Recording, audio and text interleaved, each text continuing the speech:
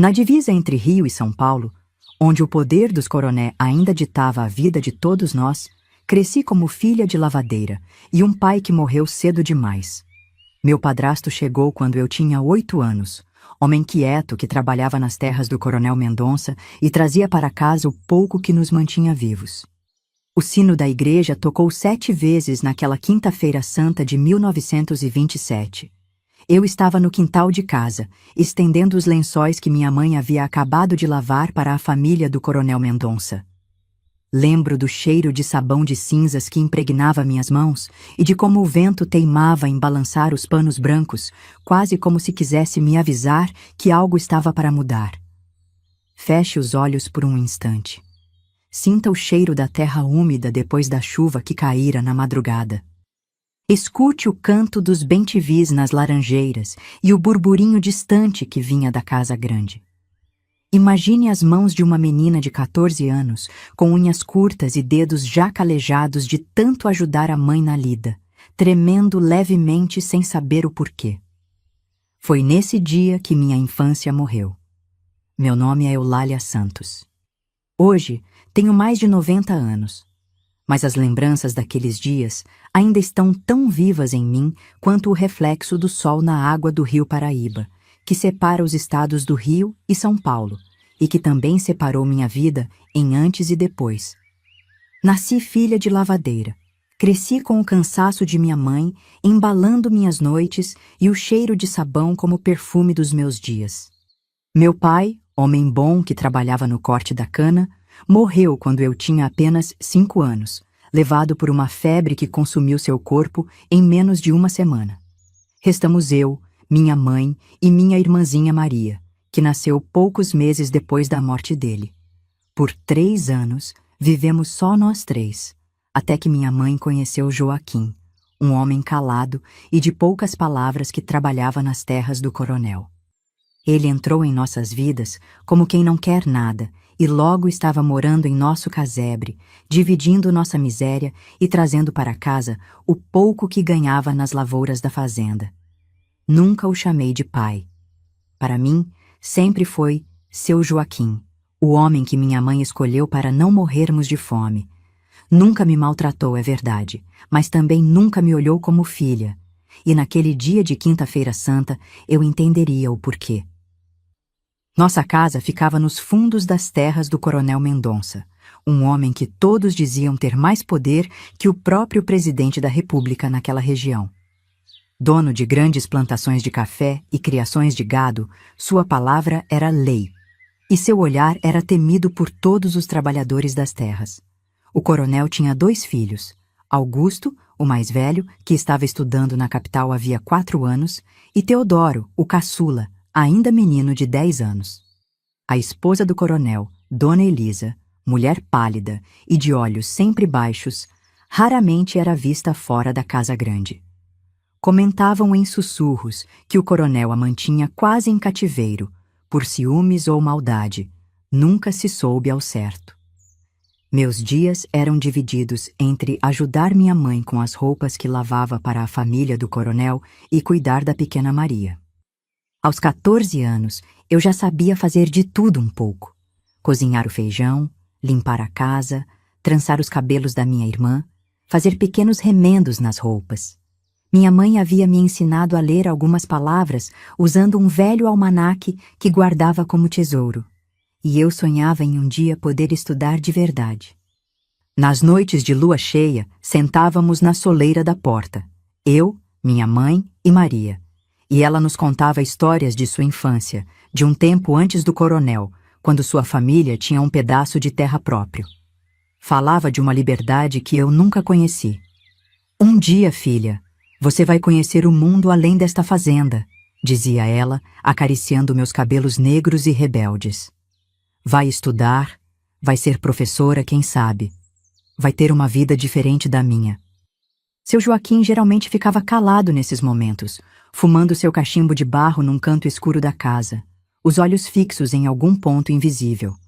Às vezes, me pegava olhando para ele e desviava o olhar, como se sentisse vergonha ou culpa de algo que eu não compreendia. Na semana anterior àquela Quinta-feira Santa, A fazenda estava agitada com os preparativos para a volta do filho mais velho do coronel. Augusto Mendonça, que havia partido para São Paulo um menino de 17 anos, voltava agora um homem de 21, formado e, segundo diziam as empregadas da Casa Grande, cheio de ideias da cidade grande. Lembro-me de tê-lo visto chegar numa manhã de domingo, montado num cavalo negro reluzente. Usava terno claro, chapéu panamá e tinha um jeito de olhar que parecia atravessar as pessoas. Observei-o de longe, escondida atrás das árvores do pomar, enquanto ele era recebido com festa pelo pai e reverências pelos empregados. Naquele momento, não imaginava que aquele homem elegante e distante seria o centro do furacão que devastaria minha vida em poucos dias. O ar da Semana Santa tinha um peso diferente naquele ano. As procissões saíam da capela da fazenda todas as noites, serpenteando entre as casas dos colonos com velas acesas e cânticos tristes.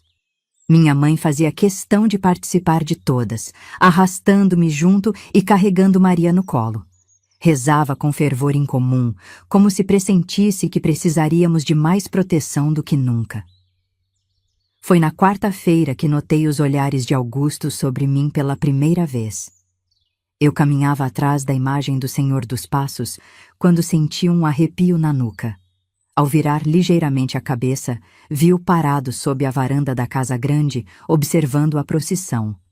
Nossos olhos se encontraram por um instante que pareceu infinito. Baixei os meus imediatamente, como havia aprendido a fazer diante dos homens da casa, mas a sensação inquietante permaneceu. Ave Maria cheia de graça, murmurava minha mãe ao meu lado, apertando com força as contas do rosário.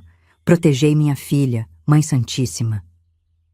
Na manhã seguinte, estava eu estendendo os lençóis quando vi seu Joaquim chegando mais cedo do trabalho. Caminhava cabisbaixo, as botas enlameadas deixando marcas no chão batido do quintal. Trazia nas mãos um embrulho de papel pardo amarrado com barbante, algo que nunca o havia visto carregar antes. "Cadê sua mãe, menina?" perguntou com uma voz que não parecia a dele. "Tá dentro de casa, preparando o almoço." Ele passou por mim sem outro olhar e entrou na cozinha. Logo ouvi a voz exaltada de minha mãe, algo raro vindo daquela mulher sempre tão submissa. "Não pode ser, Joaquim. Pela alma de seu pai, não pode ser." Aproximei-me devagar da janela de palha trançada e espiei para dentro.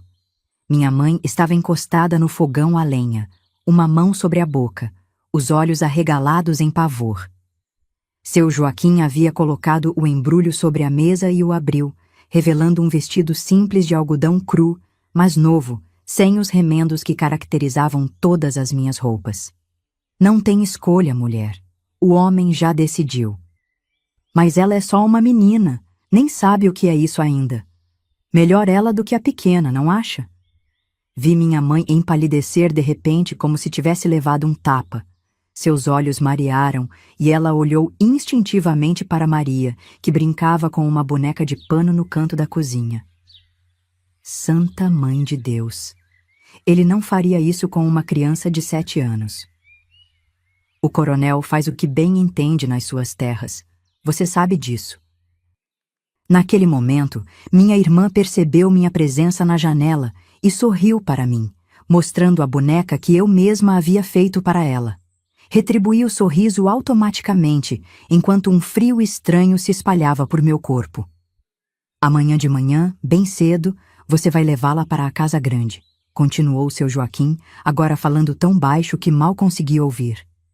O moço Augusto pediu uma mocinha para cuidar dos aposentos dele. O coronel achou que Eulália serve. "Serve para quê, homem de Deus?" Minha mãe sabia a resposta. Eu podia ver em seu rosto. E, de repente, eu também soube, mesmo sem entender completamente. As histórias sussurradas entre as mulheres quando lavavam roupa no rio, os olhares de piedade para certas meninas que eram chamadas para trabalhar na Casa Grande, o silêncio que caía quando perguntávamos sobre elas depois. Afastei-me da janela e voltei para os lençóis. Minhas mãos tremiam tanto que mal conseguia prendê-los no varal. O vento agora, os sacudia com força, como bandeiras brancas de uma rendição que eu não havia escolhido. A Semana Santa celebrava o sacrifício de Cristo. Naquele ano, eu descobriria o significado real daquela palavra. Na madrugada de Sexta-feira Santa, acordei com minha mãe sentada na beirada da esteira onde eu dormia. Seus olhos estavam vermelhos e inchados como nunca os tinha visto antes.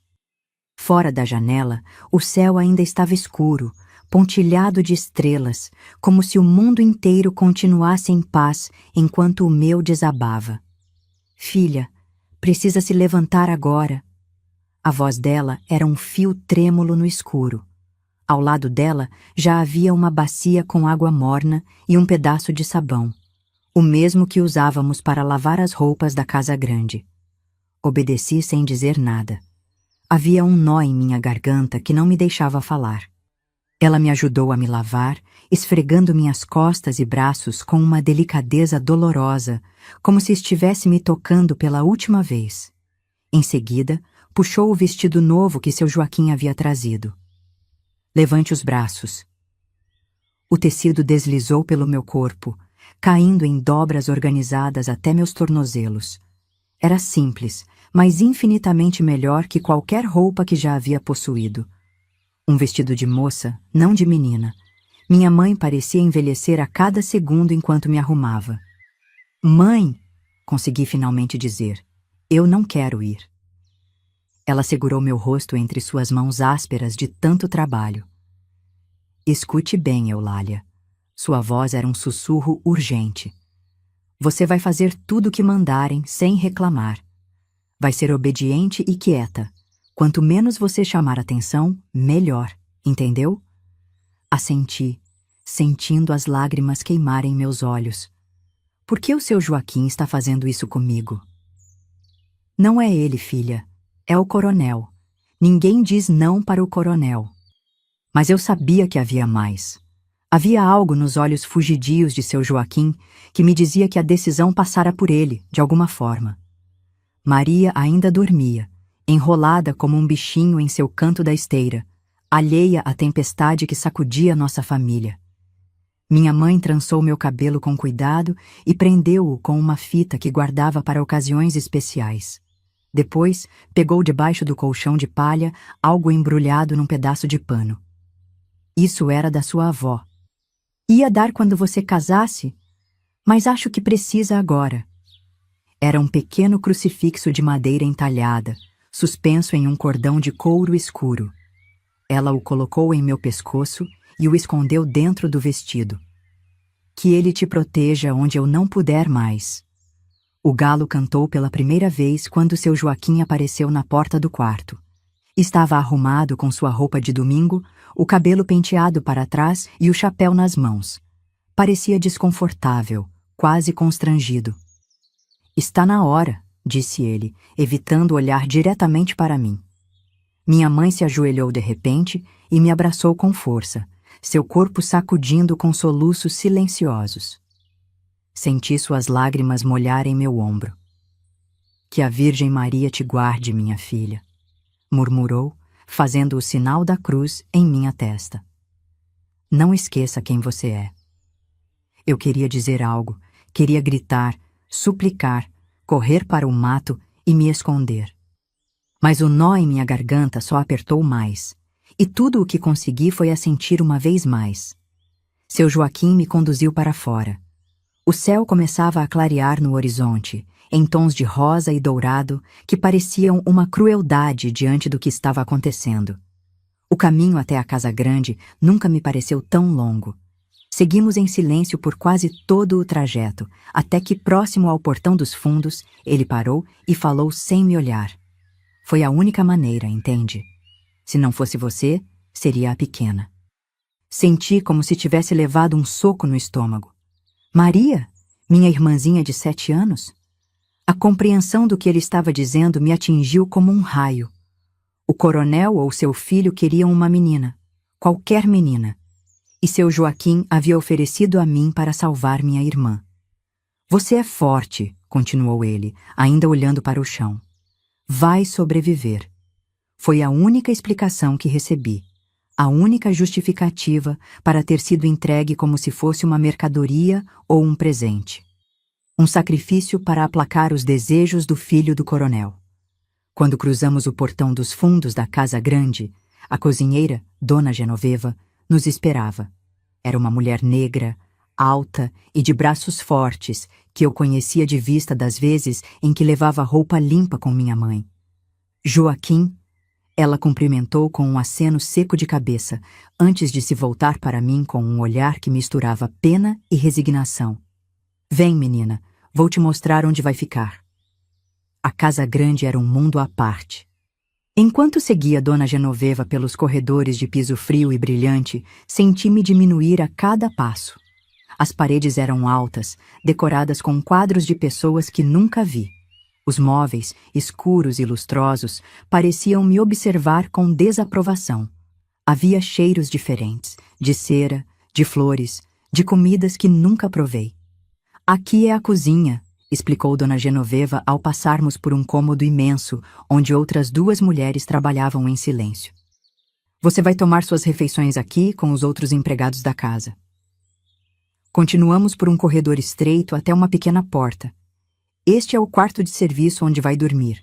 Era um cubículo mal iluminado, com uma cama estreita, um banquinho de madeira e um jarro com bacia para lavar o rosto. A janela minúscula mal deixava entrar a luz do amanhecer. Guarde suas coisas aqui. Aí só então percebi que carregava um pequeno embrulho. Minha mãe havia colocado algumas peças de roupa e um sabonete em um pedaço de pano que eu apertava contra o peito sem nem me dar conta. Quando acabar, venha para a cozinha. Vou te explicar suas obrigações. Fiquei sozinha naquele quarto minúsculo, ouvindo os sons distantes da casa despertando.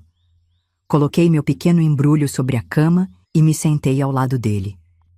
O crucifixo de minha avó parecia queimar contra minha pele sob o vestido. A realidade do que estava acontecendo, finalmente, me atingiu por completo, e as lágrimas, que havia contido até então, vieram em ondas silenciosas. Não sei quanto tempo chorei, abraçada ao meu próprio corpo, balançando para frente e para trás, como fazia quando era pequena e tinha medo. Foi o som de passos no corredor que me fez despertar daquele estado. Sequei as lágrimas com as mãos e respirei fundo várias vezes, tentando controlar os soluços. Na cozinha, Dona Genoveva me serviu um pedaço de pão com café. Não consegui comer nada. Meu estômago estava fechado em um nó de ansiedade e medo. Precisa comer, menina. Vai precisar de força. Havia algo em seu olhar que me dizia que ela sabia exatamente o que me esperava. Forcei-me a mastigar um pouco de pão, mas cada pedaço parecia crescer na minha boca. Olhe, Eulália, ela disse depois de verificar que estávamos sozinhas. Sei por que está aqui. Já vi outras meninas chegarem assim. Ergui os olhos para ela, uma súplica silenciosa por alguma palavra de conforto, alguma promessa de que não seria tão ruim quanto eu temia. Não vou mentir para você. Vai ser difícil, mas precisa ser forte, entendeu? Assenti mecanicamente. O moço Augusto não é tão ruim quanto o pai dele, continuou ela em voz baixa. Pelo menos não bate nas moças como o coronel fazia quando era mais moço. Mas ainda assim... Ela não completou a frase, mas não era necessário. O silêncio disse tudo o que suas palavras não podiam expressar. Suas obrigações são simples. Vai limpar os aposentos do moço Augusto, levar o café da manhã para ele, cuidar das roupas dele e... Novamente, o silêncio carregado de significado. E fazer o que ele mandar. Abaixei a cabeça, sentindo o peso daquelas palavras. Queria perguntar tantas coisas. Se poderia visitar minha mãe, se teria dias de folga, até quando ficaria ali. Mas minha voz tinha desaparecido, engolida pelo medo e pela vergonha que começava a se instalar em mim. Dona Genoveva me explicou onde ficavam os aposentos de Augusto, uma suíte no andar superior da casa com vista para os campos de café. Me ensinou como preparar a bandeja do café da manhã, como limpar sem fazer barulho, como me portar na presença dos patrões. Nunca olhe diretamente nos olhos deles, nunca fale sem ser perguntada, nunca se recuse a fazer algo que mandarem. Cada instrução era como um prego sendo martelado na minha alma, fixando-me ao novo papel que me era imposto. Senti que Eulália, a menina que acordara naquela manhã no casebre com sua mãe e irmã, estava morrendo a cada minuto, sendo substituída por esta nova pessoa, uma sombra, um objeto, uma serviçal sem vontade própria. O moço Augusto acordou tarde hoje, depois da procissão de ontem, mas domingo é Páscoa, e ele vai querer tudo impecável para receber as visitas que virão para o almoço. Passei aquele primeiro dia aprendendo a rotina da casa, seguindo Dona Genoveva como um fantasma, absorvendo informações que meu cérebro atordoado mal conseguia processar.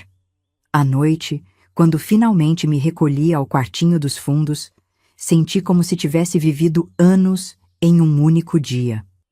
Deitada naquela cama estranha, ouvi o sino da capela tocar ao longe, marcando as horas da paixão de Cristo. Toquei o crucifixo de madeira sob minha camisola emprestada e sussurrei as orações que minha mãe me ensinara. Tenha misericórdia de mim, Senhor. Mas o silêncio da noite foi minha única resposta. O sábado de Aleluia amanheceu com uma movimentação intensa na casa grande. Dona Genoveva me acordou antes do sol nascer, ainda mais cedo do que eu estava acostumada a levantar em casa para ajudar minha mãe. Hoje o moço Augusto vai te conhecer, disse ela, ajudando-me a prender o cabelo sob um lenço branco engomado. Lembre-se do que te ensinei.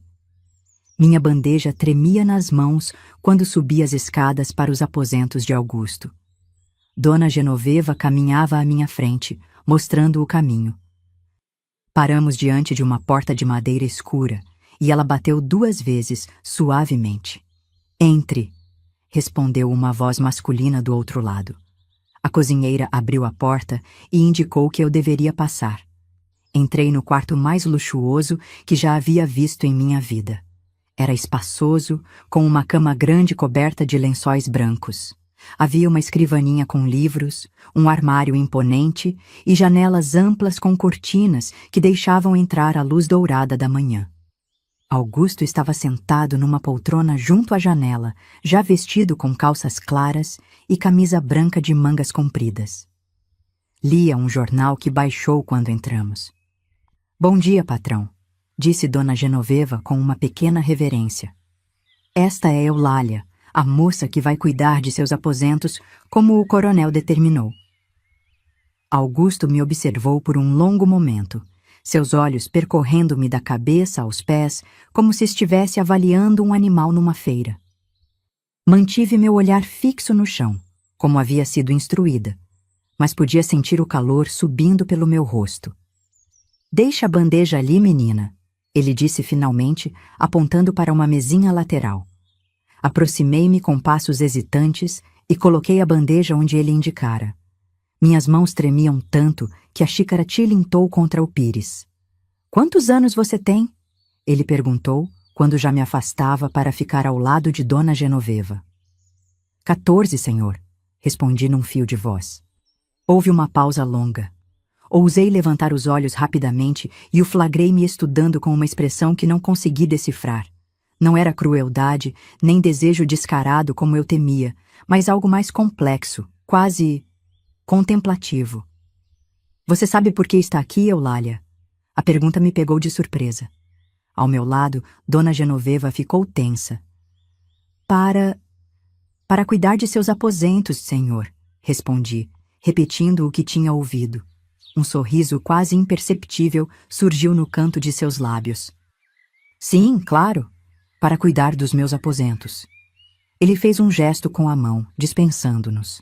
Saímos do quarto, fechando a porta suavemente atrás de nós.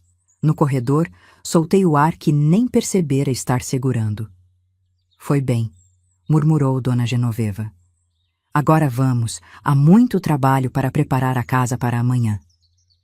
Os preparativos para o domingo de Páscoa ocuparam todo o meu dia. Ajudei a limpar a sala de jantar onde seria servido o almoço festivo, polir a prataria, engomar toalhas. Trabalhei ao lado das outras empregadas da casa, mulheres silenciosas que mal conversavam comigo, mas cujos olhares de comiseração me diziam muito. À tarde, quando estava ajudando a organizar as flores para a decoração da mesa, ouvi a voz do coronel pela primeira vez. Ele entrou na sala de jantar acompanhado por um homem que reconheci como o capataz da fazenda. O almoço precisa ser perfeito amanhã, entendeu? Sua voz era áspera, autoritária. Estará presente o filho do governador. Uma oportunidade de negócios que não posso perder. Foi quando ele me viu, parada com um arranjo de flores nas mãos. Seus olhos, diferente dos do filho, não escondiam nada. Eram frios e calculistas, avaliando-me como mercadoria. Então esta é a filha da lavadeira, comentou para o capataz, como se eu não estivesse ali. Joaquim escolheu bem, é uma beldade a informação. O capataz riu, um som áspero que me fez encolher por dentro. Seu filho vai ficar satisfeito, coronel. Foi um bom presente de boas-vindas. Presente. A palavra ecoou na minha cabeça como um sino fúnebre. Era isso que eu era agora, um presente dado por meu padrasto ao filho do coronel. Um objeto a ser usado e descartado. Naquela noite, quando todos já haviam se recolhido, Dona Genoveva veio ao meu quartinho. Trazia consigo um embrulho pequeno. Sua mãe veio até a cerca dos fundos, explicou. Não pôde entrar, claro, mas deixou isso para você. Dentro do embrulho havia um pequeno bolo de fubá, meu favorito, e um bilhete mal traçado com a caligrafia irregular de minha mãe, que aprendera a ler e escrever apenas o básico. Filha, rezo por você a cada momento. Seja forte. Com amor, sua mãe. As lágrimas que havia contido durante todo o dia finalmente transbordaram. Dona Genoveva sentou-se ao meu lado na cama estreita e pela primeira vez desde que chegara àquela casa, senti um toque gentil. Sua mão áspera sobre meu ombro. Chore hoje, disse ela. Chore tudo o que precisar, porque amanhã é Páscoa, dia de ressurreição. E você precisará renascer, menina, para sobreviver neste lugar. Depois que ela saiu, comi o bolo em pequenos pedaços, saboreando cada migalha como se estivesse absorvendo o amor de minha mãe através daquele gesto. O crucifixo de madeira contra meu peito era a única outra coisa que me conectava ao que havia sido minha vida até então. Seja forte, havia dito minha mãe. Você precisará renascer, dissera Dona Genoveva. Naquela primeira noite, sozinha no quartinho dos fundos da casa grande, enquanto os sinos anunciavam a vigília pascal ao longe, jurei a mim mesma que sobreviveria, não importava o que acontecesse. Sobreviveria para um dia voltar para minha mãe e irmã. Sobreviveria para um dia ser livre novamente. Mas ainda não sabia o preço que teria que pagar por essa sobrevivência. Os dias na casa grande se transformaram em semanas, e as semanas em meses. Depois daquela primeira noite, Augusto manteve uma distância calculada de mim nos primeiros dias. Observava-me enquanto eu arrumava seus aposentos, fazia perguntas ocasionais sobre minha família, meus conhecimentos. Parecia estar me estudando, como um cientista estuda um espécime raro. Foi na terceira semana que ele finalmente revelou suas verdadeiras intenções. Voltou mais cedo de um encontro com fazendeiros vizinhos, cheirando a conhaque e cigarro. Venha aqui, Eulália, ordenou, sentado na beira da cama que eu acabara de arrumar. Aproximei-me com passos lentos, as mãos trêmulas segurando o espanador como se fosse um escudo. Mais perto, insistiu. Quando estava ao alcance de seu braço, ele puxou-me pela cintura. O espanador caiu no chão com um baque surdo. Sabe por que está realmente aqui, não sabe? Sussurrou, seu hálito quente contra meu rosto. Não é apenas para limpar e arrumar. Fechei os olhos quando seus lábios tocaram meu pescoço. Apertei o crucifixo de madeira através do tecido do vestido, rezando em silêncio enquanto ele tirava minha inocência naquela tarde de maio. À noite, sozinha no quartinho dos fundos, lavei-me furiosamente com água fria, esfregando a pele até ficar vermelha.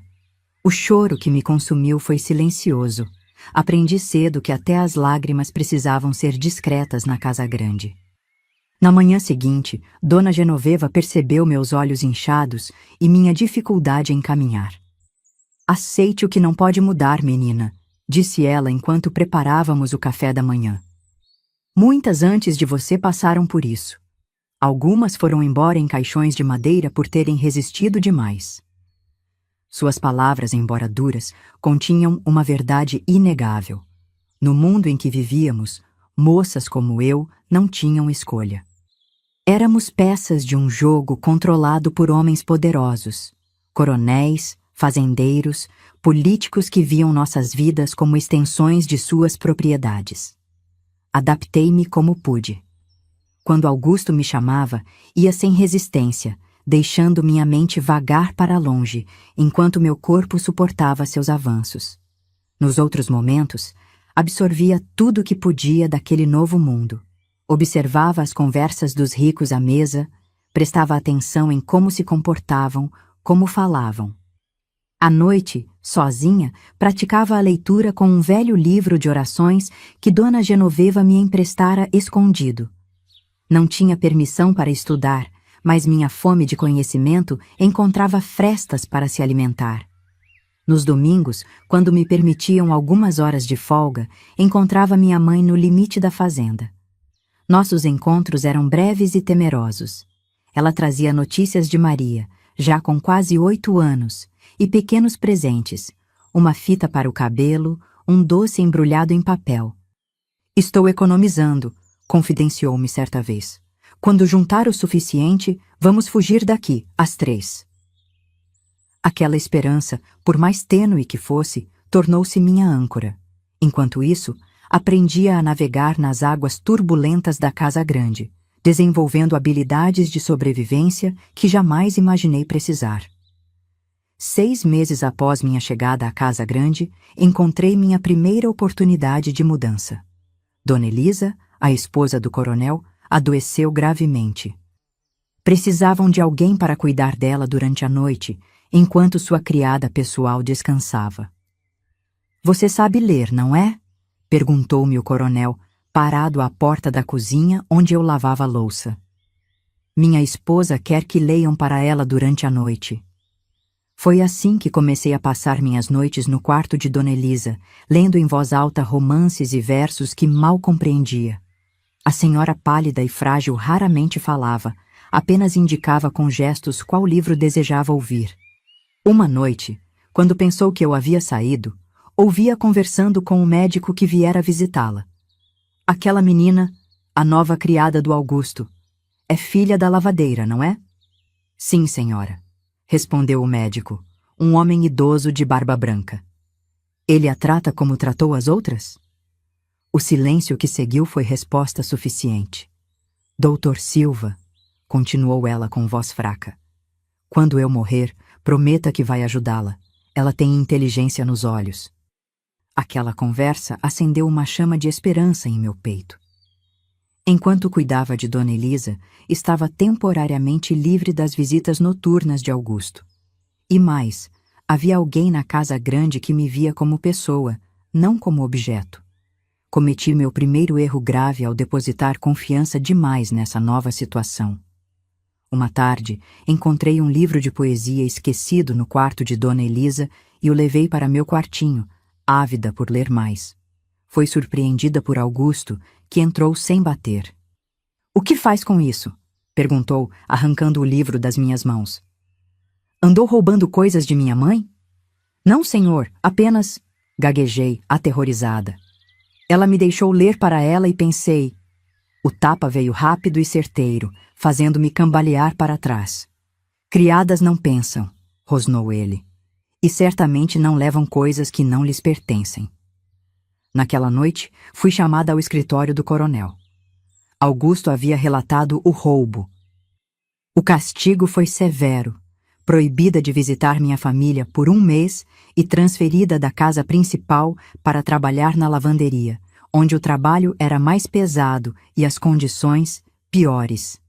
Ingrata, disse o coronel, observando-me do alto de sua cadeira de couro. Damos-lhe casa, comida, roupas decentes e assim nos agradece? Baixei a cabeça, engolindo a revolta. Na lavanderia, trabalhei ao lado de minha própria mãe, que fingiu não me conhecer especialmente quando os capatazes estavam por perto. Um acordo silencioso para nos proteger de mais retaliações. Paciência, filha, sussurrou ela, enquanto torcíamos lençóis lado a lado. Há momentos para agir e momentos para esperar. Este é um tempo de espera. Aprendi a lição duramente. Qualquer tentativa de melhorar minha situação precisaria ser calculada, paciente, quase invisível. A rebeldia aberta só trazia mais sofrimento. Se quisesse sobreviver e um dia escapar, precisaria ser mais inteligente que meus opressores. Após 2 meses na lavanderia, comecei a tossir sangue. O trabalho constante com água fria e produtos químicos, combinado com a má alimentação e o dormitório úmido das lavadeiras, cobrou seu preço. Uma manhã, desmaiei entre os tanques de roupa. Foi Dona Elisa quem ordenou meu retorno à casa grande. A menina está doente, disse ela ao marido durante o jantar. Eu servia à mesa naquela noite, mal conseguindo ficar de pé. Quero que volte a me servir. O ar da lavanderia está matando-a. O coronel, que raramente contrariava a esposa doente, concordou com um gesto impaciente. Augusto observou a cena com olhos frios, mas nada disse. Assim, retornei ao serviço na casa principal, desta vez como camareira de Dona Elisa. Durante minha recuperação, ela me ensinou a bordar, corrigiu minha leitura, e nas tardes em que estava mais forte, contava histórias de sua própria juventude, de como fora moça da sociedade em São Paulo antes de se casar com o coronel. Sabe por que estou ajudando você, Eulália? Perguntou-me certo dia, enquanto eu ajustava seus travesseiros. Não, senhora. Porque vejo em você o que fui um dia, antes de me tornar isto. Seus olhos percorreram o próprio corpo frágil. Tive sonhos, sabe? Queria estudar, queria conhecer a Europa. E então meu pai me entregou a Mendonça para saldar dívidas de jogo. Aquela revelação me deixou sem palavras. Até a senhora da casa grande tinha sido moeda de troca. A diferença, continuou ela, é que você ainda pode escapar. Tem força que eu nunca tive. Foi Dona Elisa quem me apresentou ao professor Ramírez, tutor particular de Teodoro, o filho caçula do coronel. Convenceu o marido que eu deveria assistir às aulas para depois repassar os ensinamentos a ela, já que sua saúde não permitia longas leituras. O professor, um espanhol de meia-idade com olhos bondosos, logo percebeu minha avidez por conhecimento. Discretamente, começou a me dar lições extras, história, matemática, geografia, enquanto eu fingia apenas servir chá durante as sessões de estudo do jovem Teodoro. Você tem uma mente privilegiada, comentou ele depois de eu resolver corretamente um problema de aritmética que havia confundido o próprio Teodoro. É um crime não desenvolver esse talento. Com os ensinamentos do professor e a proteção silenciosa de Dona Elisa, comecei a vislumbrar um futuro diferente. Talvez pudesse me tornar professora um dia ou trabalhar em algum escritório na cidade. Talvez pudesse ser livre, mas Augusto continuava sendo uma sombra em minha vida. Embora suas visitas tivessem diminuído enquanto eu trabalhava diretamente para sua mãe, ele nunca esqueceu que me considerava sua propriedade. Minha mãe pode estar te protegendo agora, sussurrou certa noite, encurralando-me num corredor vazio. Mas ela não viverá para sempre. A ameaça velada ecoou em meus pesadelos por semanas. O tempo estava correndo contra mim. Precisava criar um plano de fuga antes que Dona Elisa partisse deste mundo, levando consigo minha única proteção na casa grande. O verão de 1929 foi particularmente quente e seco. As plantações de café sofriam com a escassez de chuva, e o humor do coronel piorava a cada dia. Os boatos sobre a queda da Bolsa de Nova York e seus efeitos no mercado do café enchiam a casa de tensões. Dona Elisa definhava visivelmente. Os médicos vinham com mais frequência, e eu raramente saía de seu lado. Nas noites em que a febre a consumia, ela delirava, confundindo-me com uma filha que perdera anos atrás. Minha Heloísa, chamava-me, acariciando meus cabelos. Não deixe que façam com você o que fizeram comigo.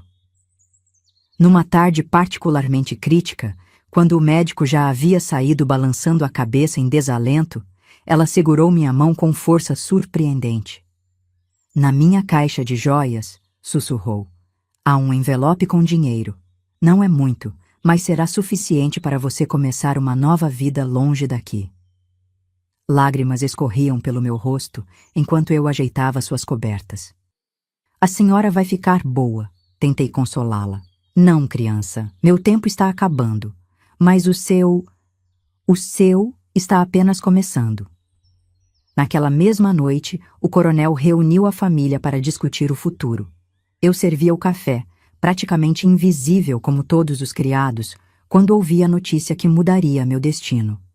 Augusto se casará com a filha do barão Silveira no próximo mês, anunciou o coronel.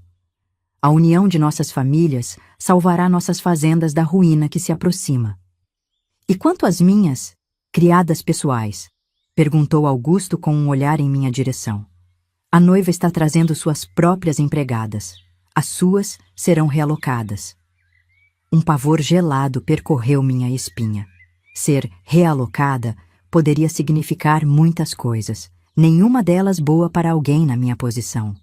Naquela mesma semana, durante minha rara tarde de folga, encontrei minha mãe no limite da propriedade, como de costume. Seu rosto estava marcado por novas rugas e suas mãos mais calejadas que nunca. Temos que agir agora, disse-lhe, relatando os planos de casamento de Augusto. O dinheiro que juntei ainda não é suficiente, lamentou ela. E sua irmã está doente, não pode viajar agora. A ansiedade me corroía por dentro. O tempo estava se esgotando, tanto para Dona Elisa quanto para minha chance de escapar. Foi então que tomei a decisão mais difícil da minha vida. Mãe, vou partir sozinha. Seus olhos se arregalaram de surpresa e dor. Mas filha... Escute, interrompi segurando suas mãos. Vou para o Rio de Janeiro. Tenho algum dinheiro que Dona Elisa me deu. Encontrarei trabalho, alugarei um quarto e então mandarei buscar você e Maria. É perigoso demais. Uma moça sozinha na capital. Mais perigoso é ficar. Quando Augusto se casar, sabe o que acontecerá comigo. O silêncio que seguiu confirmava que ela também sabia. As moças que serviam aos senhores da casa raramente tinham finais felizes quando não eram mais necessárias. Na próxima semana, continuei, determinada. Quinta-feira à noite, estarei na estação de trem da cidade. O professor Ramírez me ajudará. O professor havia se tornado um cúmplice silencioso em meus planos. Foi ele quem me falou sobre o novo Instituto de Educação no Rio, onde moças com aptidão poderiam estudar para se tornar professoras primárias. Se conseguir chegar lá, disse-me ele, tenho uma prima que pode abrigá-la inicialmente. O plano estava traçado. Nos dias que se seguiram, guardei cuidadosamente o dinheiro que Dona Elisa me dera, costurando-o no forro de meu único vestido bom. Separei os poucos pertences que levaria. Memorizei o endereço da prima do professor. Mas o destino tinha outros planos. Na véspera de minha fuga planejada, Dona Elisa faleceu durante o sono. E a casa grande mergulhou num caos que ameaçava destruir todas as minhas esperanças. O funeral de Dona Elisa aconteceu numa tarde chuvosa de outubro. A casa encheu-se de pessoas importantes da região. Fazendeiros, políticos, comerciantes, todos prestando suas homenagens ao coronel Mendonça e sua família. Mulheres de vestidos pretos sussurravam atrás de leques, enquanto homens discutiam negócios em voz baixa nos cantos da sala. Eu servia bebidas, movendo-me como um fantasma entre os convidados. Meu coração estava pesado, não apenas pela perda de minha protetora, mas também pelo desmoronamento dos meus planos de fuga. Com a morte de Dona Elisa, todos os empregados da casa estavam sob vigilância constante. Ninguém podia sair sem permissão expressa. Durante a cerimônia, percebi os olhares de Augusto me seguindo pela sala. Havia algo diferente em sua expressão. Não apenas o desejo habitual, mas um ar calculista que me gelou por dentro. Quando consegui um momento a sós na cozinha, Dona Genoveva confirmou meus temores. "O coronel vai te mandar para a fazenda do irmão dele em Minas", sussurrou ela, fingindo me instruir sobre a ordem das bandejas. Ouvi-o comentando com o capataz. "Disse que você era muito próxima de Dona Elisa e poderia trazer lembranças desagradáveis para a casa após o casamento." Minhas mãos tremeram tanto que quase derrubei a bandeja de cristais. "Quando?" "Depois do casamento. Em 2 semanas." 2 semanas. O tempo havia se estreitado ainda mais. A fazenda do irmão do coronel era notória por seu tratamento cruel aos trabalhadores. Poucos voltavam de lá com saúde ou sanidade intactas. Naquela noite, após os últimos convidados partirem, fui chamada ao escritório do coronel. Augusto estava lá, assim como o advogado da família e o jovem Teodoro, que aos 13 anos já assumira ares de pequeno senhor. "Eulália", começou o coronel, seu rosto uma máscara de falsa benevolência. "Minha esposa tinha grande afeição por você." Mantive os olhos baixos, as mãos cruzadas à frente do corpo, como era esperado. "Em seu leito de morte", continuou ele, "ela expressou o desejo de que você fosse cuidada adequadamente após sua partida." O advogado pigarreou, desconfortável. Percebi que qualquer que fosse o desejo de Dona Elisa, estava prestes a ser distorcido. "Assim decidimos que você irá para a fazenda Santa Clara, de meu irmão Jeremias. Lá terá trabalho e proteção." Proteção. A palavra soou como uma sentença de morte. Todos na região sabiam o que acontecia em Santa Clara. "O senhor é muito generoso", respondi mecanicamente. "Partirá na semana seguinte ao casamento de Augusto. Até lá, cuidará dos preparativos junto com as outras criadas." Saí do escritório com passos firmes, mas assim que fechei a porta atrás de mim, precisei me apoiar na parede para não desabar. Minha janela de escape estava se fechando rapidamente. No dia seguinte, consegui um recado para minha mãe através de uma das lavadeiras. Era arriscado, mas não tinha escolha. O bilhete dizia simplesmente: "Amanhã à noite. Carvalho Grande, 00:30. O plano já não podia esperar. Era fugir ou aceitar um destino pior que a morte em Santa Clara. A noite seguinte trouxe uma tempestade violenta. Relâmpagos cortavam o céu e o vento uivava entre as árvores da fazenda. Era como se a natureza refletisse a turbulência em meu peito, enquanto eu aguardava a hora certa para agir. Após servir o jantar da família, retirei-me para meu quarto como de costume. Sob o colchão fino, havia o pequeno embrulho com minhas poucas posses, uma muda de roupa, o crucifixo de minha avó e o dinheiro de Dona Elisa costurado em um retalho de tecido. Esperei até que as luzes da casa principal se apagassem. Apenas a do escritório do coronel permanecia acesa, onde ele costumava beber sozinho desde a morte da esposa. A chuva, que agora caía em torrentes, seria minha aliada, encobrindo qualquer ruído de minha fuga. Pouco antes da 00:30, coloquei um casaco escuro e esgueirei-me para fora do quartinho. O caminho até os fundos da propriedade, onde ficava o grande carvalho, era familiar. Eu o havia percorrido centenas de vezes para encontrar minha mãe, mas nunca antes com tanto em jogo. Estava a poucos metros do portão dos fundos, quando um clarão de relâmpago revelou uma silhueta conhecida. Augusto, encharcado e com uma expressão furiosa, bloqueava meu caminho. "Aonde pensa que vai numa noite dessas, Eulália?" Congelei, o coração martelando contra as costelas. Como ele sabia? Quem havia me traído? "Estou decepcionado", continuou ele, aproximando-se lentamente. "Pensei que fosse mais inteligente.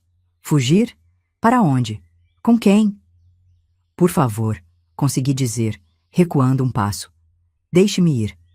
Sua risada cortou o ar como uma lâmina. Deixar você ir? Depois de tudo que fizemos por você?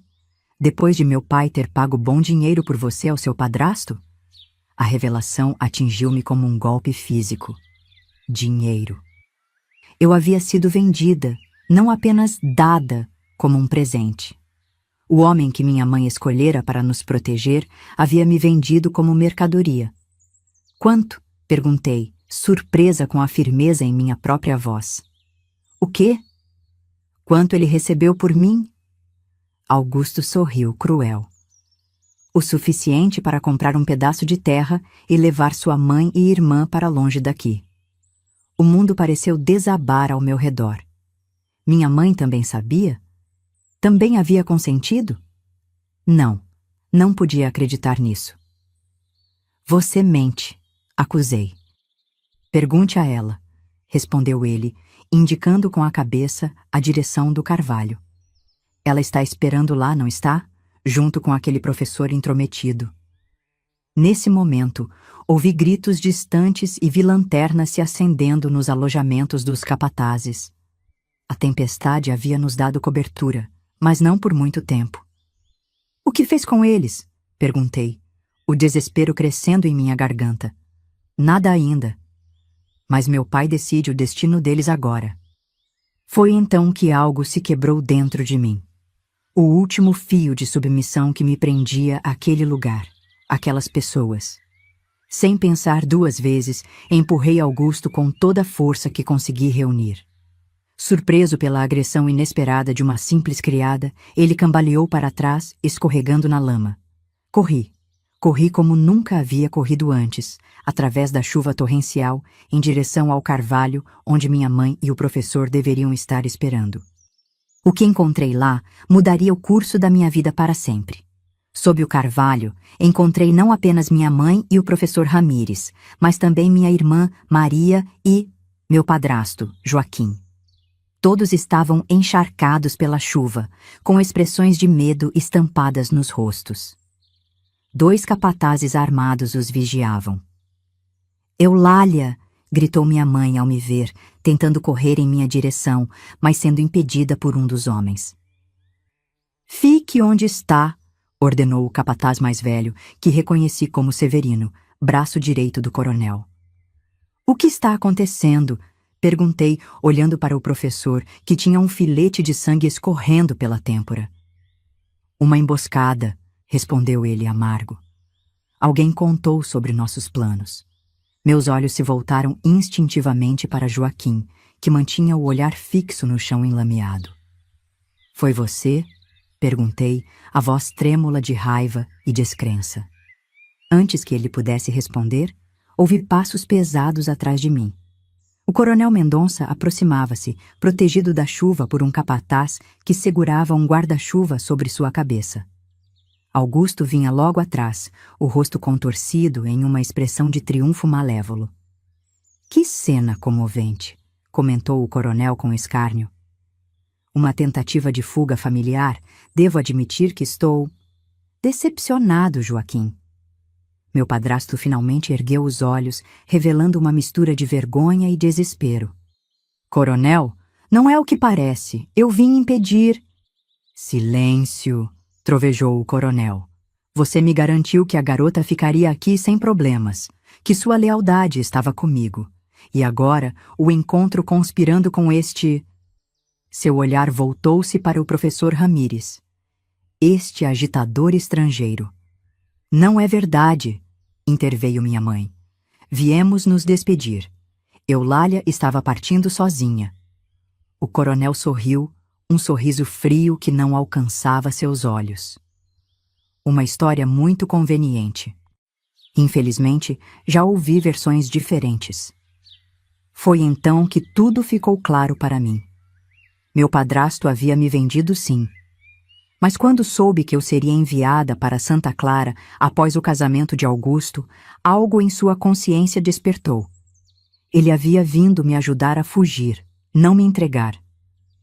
Por que, Joaquim? Perguntei diretamente a ele. Por que me vendeu para eles? Um silêncio pesado caiu sobre o grupo, quebrado apenas pelo tamborilar da chuva nas folhas do carvalho. Para salvar Maria, respondeu ele finalmente, a voz quase inaudível. O coronel queria uma das filhas de Conceição. Disse que se não fosse você, seria sua irmã. Minha mãe soluçou, cobrindo o rosto com as mãos. Maria, agora com 10 anos, olhava confusa de um adulto para outro, sem compreender plenamente a gravidade da situação. E agora? Perguntei, dirigindo-me ao coronel. O que pretende fazer conosco?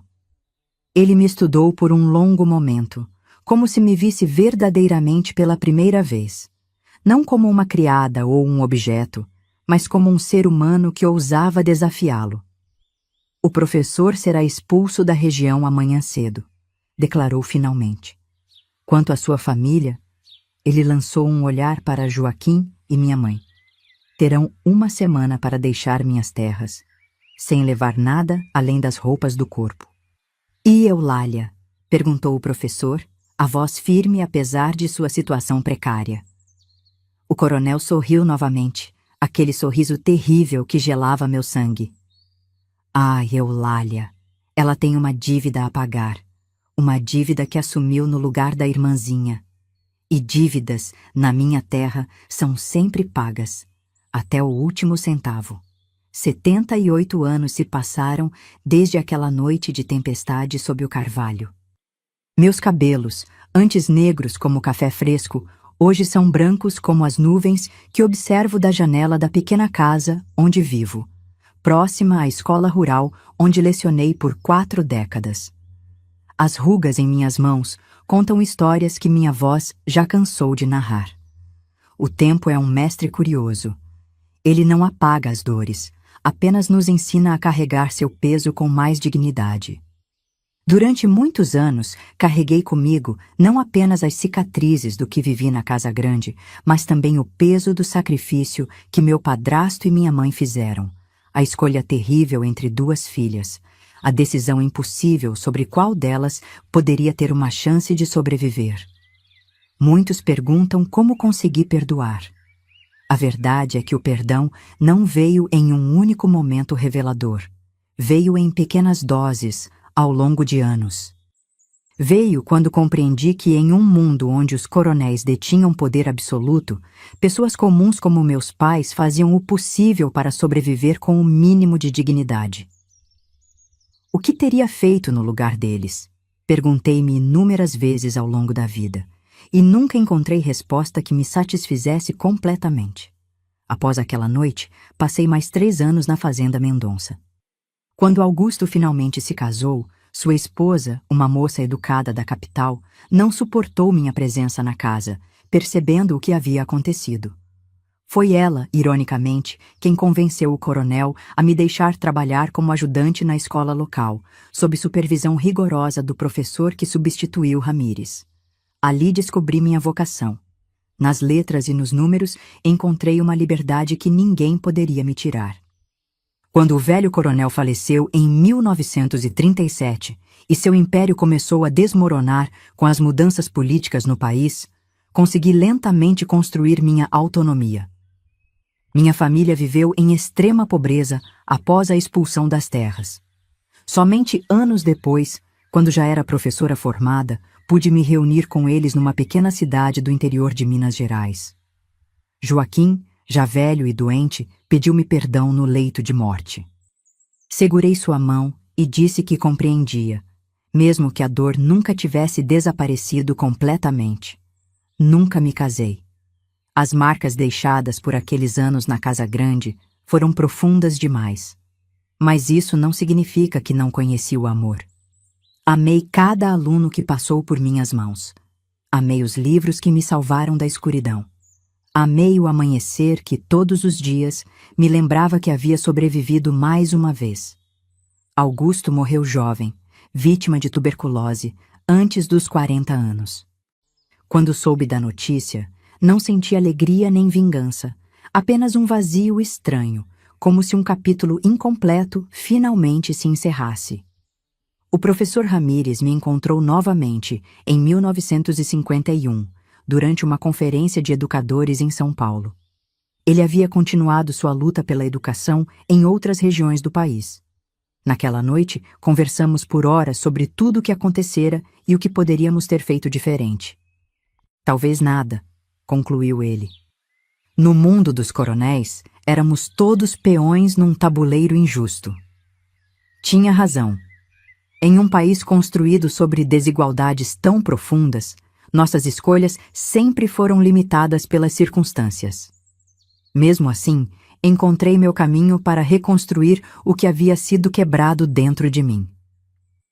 Se pudesse voltar no tempo e falar com aquela menina de 14 anos que estendia lençóis no quintal naquela quinta-feira santa, diria a ela: a dor que você vai enfrentar não será o fim da sua história, mas apenas seu começo. Você tem dentro de si uma força que ainda não conhece. Quando jovens me perguntam como sobrevivi, respondo que a vida é como um rio que encontra seu caminho entre pedras, nunca em linha reta, sempre contornando obstáculos, às vezes tranquila, às vezes furiosa, mas sempre seguindo adiante. Aprendi que a liberdade nem sempre está em fugir, mas em escolher com sabedoria as batalhas que você decide lutar. Minha liberdade chegou quando entendi que minha história não me definiria para sempre, que eu poderia reescrevê-la palavra por palavra, página por página, com minhas próprias mãos. O Brasil que conheci em minha juventude foi um país de coronéis e subjugados, de casas grandes e senzalas disfarçadas. Um país onde meninas como eu eram moedas de troca num jogo de poder que não compreendíamos completamente. Esse Brasil ainda existe em muitos cantos escuros, embora use outros nomes e outras máscaras. Por isso, faço questão de contar minha história. Não por vingança ou amargura, mas para que outras Eulálias saibam que não estão sozinhas, que suas dores são vistas, que suas lutas importam. A cada aluna que ensinei a ler, entreguei junto com as letras uma pequena chave de libertação. A cada jovem que ajudei a entender os números, ofereci instrumentos para construir seus próprios caminhos. O conhecimento que me salvou, passei adiante como quem acende velas em uma sala escura, uma por uma, até que a luz se espalhe. Já vi muitas estações passarem por minha janela. Vi regimes caírem e outros surgirem.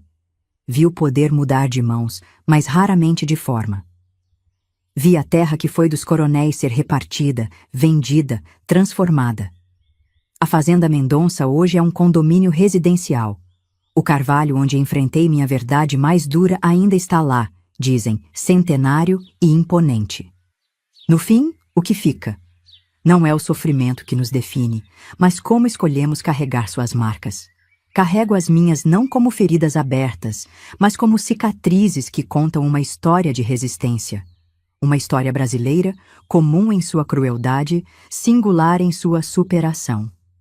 Dizem que ao contar uma história de dor, dividimos seu peso pela metade. Ao compartilhar uma história de esperança, multiplicamos sua força.